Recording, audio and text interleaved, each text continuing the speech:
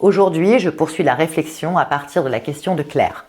Le soir, je suis physiquement présente chez moi, mais mentalement encore dans mon travail.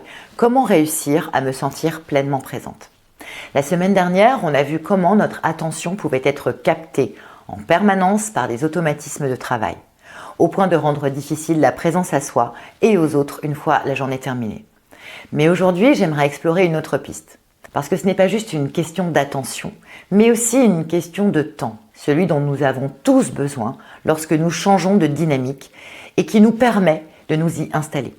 Le temps qu'on a pour exister dans nos gestes, dans nos relations, dans notre maison. Parce que parfois, même quand on n'est plus au travail, on continue à courir. Aller chercher les enfants, faire à manger, lancer une machine, répondre à un message, etc., etc.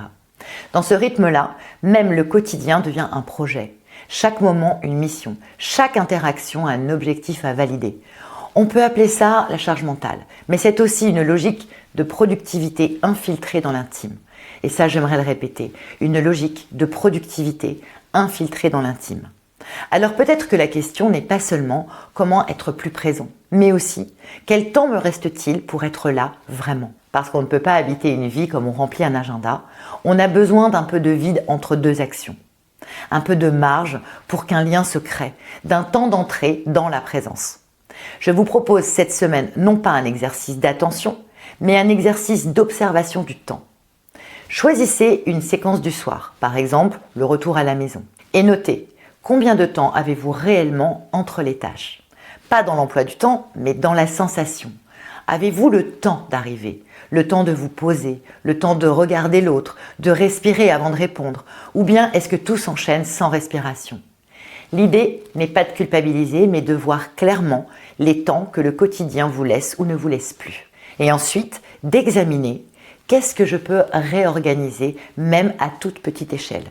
Est-ce que je peux déplacer un rituel, anticiper certaines actions, peut-être même simplement de reconsidérer l'importance donnée à certaines tâches. Bien souvent, dans le feu de l'action répétée, quotidienne, nous passons à côté de certaines évidences. Observer calmement notre quotidien sans chercher à le changer immédiatement peut vous aider à voir ce que peut-être vous ne voyez plus ou pas. Le temps est une matière, il ne s'invente pas, mais on peut le réaménager.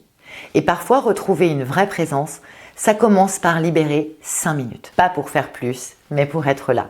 Dans le prochain épisode, nous partirons de la question d'Anatole. Quand on est en position de leadership, comment gérer l'incertitude sans fragiliser sa posture? Nous verrons comment rester stable quand les repères vacillent. À bientôt!